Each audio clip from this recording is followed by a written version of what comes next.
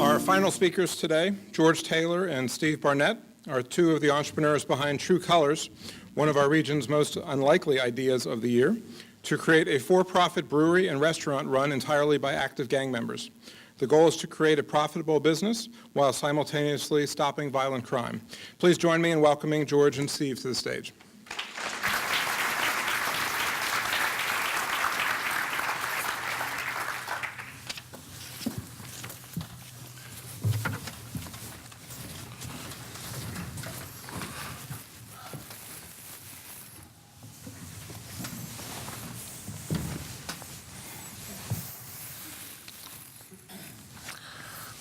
Mama, I'm getting ready to start a new job pretty soon. Oh yeah? Where at? At a brewery. It's gonna be ran by all active gang members. A brewery ran by all active gang members. Sounds pretty crazy to me. Oh yeah? My starting pay is $50K a year. That sounds even more crazier to me, son. As crazy as it may sound, I'm gonna chase this. The conversation that Steve had with his mom a year and a half ago or so was one that a lot of people were having, including myself. Sounded like a completely insane idea. But what we're gonna do today is sort of step through the past year and a half, I guess it's been, something Exactly. like that, and share with you some of the things that we've learned, what we've been through, and what we think is gonna happen over the next several months or years. This whole thing got sparked about 2 years ago. Actually, December 20th will be the 2-year anniversary when a 16-year-old was shot on the corner of Castle and 11th. And at the time, I had read in the paper it was a gang shooting, and I didn't even know we had gangs in Wilmington 2 years ago. I live in Landfall, right? We don't really have that sort of thing going on. Or we have gangs maybe, but not that kind. You know, I was interested. I was like, you know, I started to dig into it, and the more I learned, the more it just was bizarre to me that there's a group of people in our city who thought it was a good idea to drive down Castle Street and wave a pistol out of a car and pull the trigger, right? So I reached out to Ben David, and I said, hey, who the hell is in charge of this? Who's the top dog in the gangs, right? I want to meet this guy because this is stupid. And Ben was kind enough to hook me up with the gang task force, who connected me with guys that they thought were top dog in the various gangs in town. And what you'll see here, we have in Wilmington, we have primarily 3 gangs. We have Bloods, Crips, and Gangster Disciples. And underneath them, there's roughly 650-ish validated gang members. So, you know, it's a pretty good group of people. And so I spent the better part of last year hanging out with gang members, gang leaders, trying to understand why would someone wave a pistol out of a car and shoot somebody, and trying to just sort of understand the culture and what was driving gang violence and all that sort of thing. And we got together and traveled around the country, looking at other cities and what they were trying to do about it, all of them which were nonprofit and dealt with a completely different demographic than us. They were looking for aged out guys that were leaving the gangs, you know, 35 to 45, and different clientele entirely. The guys I'm working with are 18 to, Steve's old, he's like 32, we tease him about it. But entirely different group of people. They are not broken people, they are headstrong, they're smart, they're aggressive and energized. You know, it's a different type of person entirely. So we started putting together meetings and bringing these guys together. And we'd have meetings at Untapped where we'd have 60 or 70 gang members all active in the same room talking. And Steve, maybe can you talk a little bit about your experience, like when we first told you to come, and there's this white dude who is thinking about starting a brewery, right, hiring these guys for $50,000 a year and flipping the whole gang thing upside down and making them a positive part of the community. What was the talk on the street? Surprisingly, everybody was actually all for it. Every hood that I went to, the north, the south, the east, they were all trying to figure out ways they can get involved with this. Right. We saw this as an opportunity for peace. And we saw this as an opportunity for stability. and a way for us to get money and not be on the corner looking over our shoulders anymore. Yeah, and I thought that was one of the more surprising things, because I mean, we've got guys that were shooting at each other, coming together for a meeting anyway, and we're talking openly about, I mean, raw about race and violence and drugs and gangs and, you know, all this stuff. And for the most part, everybody was willing to have the conversation and listen. And from that, I learned three things, I think, that really began to make me think that this crazy idea of starting a for-profit business hiring gang members could work. One is that I went into this thinking that gangs were like the mafia, right? You know, there's just some kingpin, maybe out in Compton or somewhere, badass dude who controls everything. And, you know, and their primary goal is to be an organized crime organization. And I found it's not true at all, actually. And as you can sometimes see in the newspaper, they're really not very good at crime. I tease them about it. Yeah, they get picked up quite a bit. But what I learned was they're really much more like a fraternity, and I know that sounds absurd, but it's true. If you look at the core, and there are, you know, like in your businesses, you have mission statements and vision statements. Gangs have the same thing. Like there is at the core what they stand for, and always it's brotherhood, loyalty, and community. And there's all sorts of, and I'm not for a minute trying to underplay the negative things that go on in gangs, and we'll get to that in a minute, but that's where this stuff started, and to a large degree it's still a big component of these gangs. And maybe to give an example, if you can talk a little about why did you join the gangs, how old were you, how'd you get into it? Well, I was 17 when I became a Blood, George. Right. Grew up in a single parent home. I have 3 sisters as well. My mom, thank God for her, she held out in the household how she could, but it really took away her time from raising me how she could. So Right. She invested more into my sisters. I'm not knocking her for that at all. But, you know, there were male role models, male figures for me that were out in the hood. They were Bloods as well. Those were the guys that I looked up to. I was 18 with a child on the way.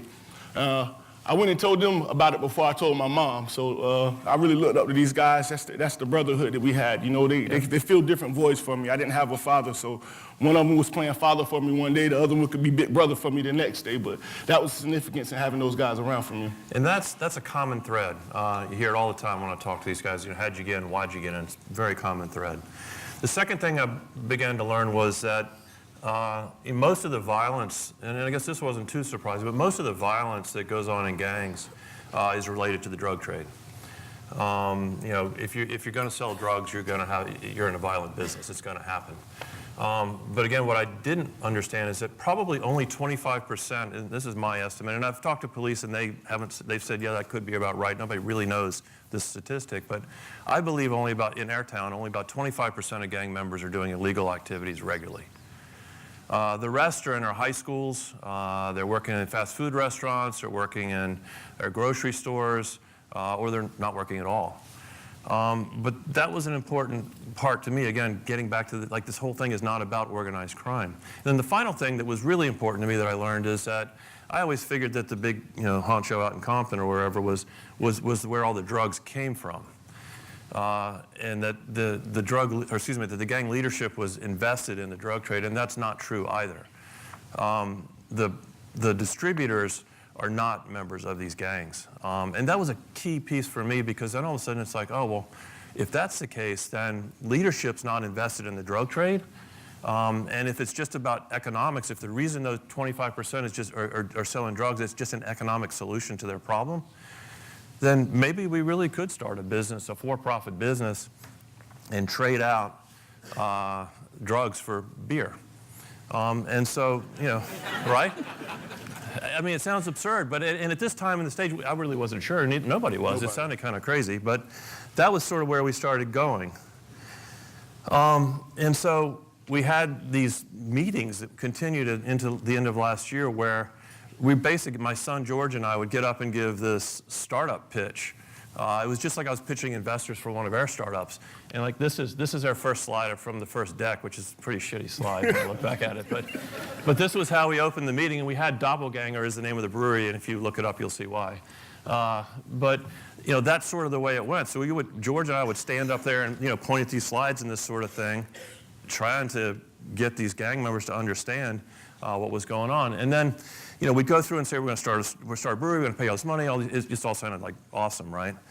And so we always put in this one slide that showed if we do this, it's going to be incredibly difficult. Startups suck in the beginning. They're so hard. You have to be committed to what you're doing. And so this is a slide I use a lot when I talk to somebody. Growth is effing hard. And you have no idea how hard is. And what it's showing is in the beginning, startups are awesome, everyone's feeling great, and then you launch, and then you fall down into this trough. And I believe if you can get out in the first 10 months, you'll live. If you don't, you die. And so I'm going through this, and Steve, you had like a really cool, it was just a really amazing moment where he related this to gangs, and if you could share that. While George was giving us a sales pitch about why we should start this brewery and how crazy we look sometimes doing what we do, it resonated with me because I saw my life as a gang member. Before startup point, that's me before I became a blood. At the top, the initial enthusiasm, that's me when I'm active, fully engaged in everything that's going on. The girls, the money, the pride, the influence. It was an all-time high for me for the most part. But then I caught a criminal background. I got a charge. Reality set in for me. I missed my first child being born. And I'm stuck down there in this trough for the next 7 or so years, bouncing around trying to figure out how I'm getting out of it. I got kids now. I need to find some stability. And I just couldn't figure it out. And that's, so the way this really went down, we have this meeting. It's all these gang members and opposition gang members.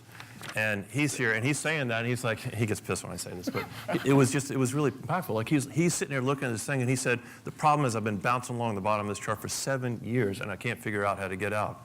And he's tearing up while he's doing it amongst his rival gang members. I got to tell it, because it's important, right? But I mean, that shows like where we're at. And meanwhile, so we have all these guys in there, and so maybe talk like about, we had this gang summit, we used to call it, when we would have all these guys come together. Like, what was that like? We had all these opposition gang members in there, right? That was big. It's a Saturday, and the Untapped office is closed. But you got at least roughly 50 to 60 guys sitting in one spot right now, and I know it's active beef still going on in the streets. Part of me was telling myself, man, be careful, because some of these guys might be strapped, man. They're your brothers, you love them, man, but you just don't know how this gonna go. You don't know how they're feeling in the moment. Surprisingly so, everybody was active and engaged into the conversation that we were having. And I think that was a defining moment for us, that we all had wanted the same thing. We all were looking for peace. We were all looking for stability. And I think, the thing that I learned from that and just having all these guys together is that, like, there are some truly evil people out in the world, certainly, but most people aren't. And, environment and opportunity drives behavior and outlook. And it's amazing the way, like, these guys, I know things that were going on in the streets in that environment, and they'd come into our office or to work with us on things, and they're just like any other employee. Well, not in the beginning. It takes a couple of weeks, but generally, I mean, it's remarkable. So we decided after that, George and I were talking, like, man, this could possibly work. Let's run a test. So we hired these 3 guys. It's kind of sketchy looking, right? And we hired them at Untapped, and this is one of the things I love about Untapped and all the companies that I work with, is they are incredibly, our team is just super open, and there are not many places you can put active gang members into a company and have it just be seamless, and Untapped absolutely did that. But we put them in there, and we decided, well, they're really good. These guys are really good at selling stuff on the corner, right? What if they could sell business software? So we're selling analytic software, promotional software, this sort of thing. We chuck them into the regular training program, and off they go. And so, Steve, can you talk a little bit about like the first day or week or month of being in sales training? Untapped was definitely a challenge for me in the beginning because this wasn't McDonald's or a construction site where my physical gifts or abilities would get me, to the point of advancement, making more money. This was a mental grind. I had to dedicate myself in a whole nother way. But I want to shout out my guy Chandler, man, for sticking by my side, man, and just making sure I got it done, man. He brought me up to speed. That culture at Untapped is amazing, man. It was just so inviting, and they embraced me from the moment I came there. So one of the funnier stories is on day one. This is the very first day. It's not about him. It's not about him. It's about another guy. But it's funny. So we're sitting there. It was to me, not to the guy. But we're sitting in there, and it's these 3 guys and then a bunch of young millennials maybe a dozen people altogether, and no one really knows what's going on yet. And one of these guys' ankle bracelet goes on. He's banded.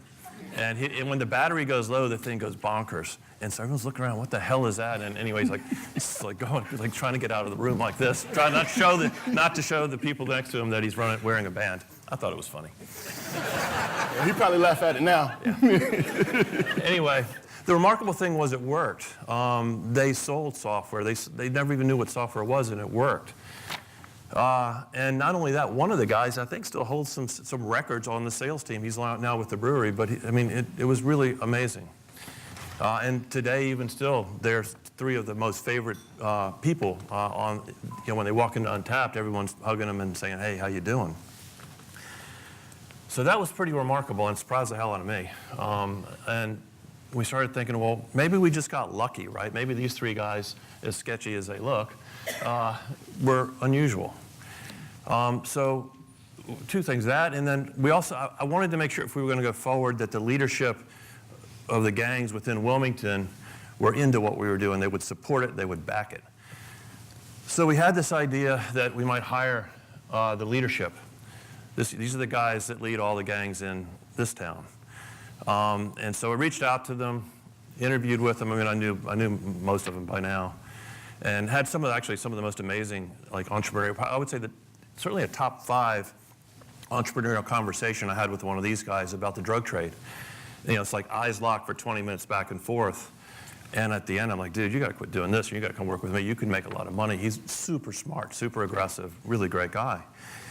And so we ended up putting together this thing we called the Hero Program. Hired all these guys for 50 grand, as Steve said. Got to compete with street money to be real. Told them that if they succeeded and we get this business launched, and if they were to take a leadership position, they could make twice that. And we're going to put together this 2-month program. It's going to have 3 tracks. We're going to teach about life skills, because for us, life skills are finance, transportation, housing, and relationships. If you get those 4 things straight, then life can be pretty solid. We're also going to teach startup skills, and we're going to teach beer. How do you brew beer? Because eventually we got to do that, right? It's a brewery. It's a brewery. Yeah, it's a brewery. And so we brought in a whole bunch of people to help train. There's a group out in San Francisco called Tim Draper runs. He gave us a curriculum to start with. People like Tony Robbins heard of us. It's ridiculous. Like, we try to keep this quiet, and friends will tell somebody, or a friend or whatever. Tony Robbins sent his right-hand person to come and train these guys. Trying to think who else was there. They pitched the Wilmington Investor Network, which was insane, and Wilmington Investor Network wants to invest in them. Amazing, right? We learned how to brew beer. We did the Dave Ramsey financial peace thing, like just so many things we did. And these are some pictures just from that. You can see in the bottom center, that's pitching the Wilmington Investor Network. We learned about beer. A lot of hard work went in, and it was amazing what was going on. And then we also did a lot of fun things, trying to just sort of expand people's mind. You can see Cam Newton has been super supportive. We went down to Charlotte and played kickball with Cam, and we were at Cam's gala. What else did we do? We went racing go-karts. Anyway, a bunch of cool stuff. But at the end, what we said is, or the question was, we wondered how this was going to work. And maybe, Steve, you can talk about, so now we've got 12 people, I think it was, or 11 people, in a conference room, if you saw the picture before, now having to work together. Like, what was that like? You're sitting across them having to work day in and day out with these guys that you didn't always get along with. Okay, so at the summit, that was the moment of truth. Maybe we all have the same thing in common. Maybe we want the same goal. But the first day of the Hero Program was different, because it's like now we have to apply ourselves. Now we have to start getting things done. Well, a guy who I had smoked with back in the day, first place he comes and sits is beside me.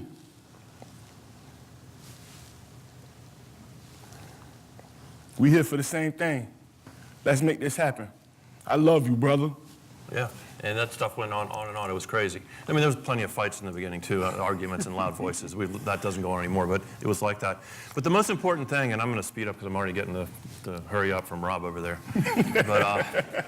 But the three things that what I said is if you guys succeed in these three categories, then we're going to go ahead and start this brewery. One was discipline. Can you show up and be there on time, do the work? Two was knowledge. Can you close that knowledge gap? Because there was a huge, like these are smart guys, they got street smarts, but business is different. You need to learn.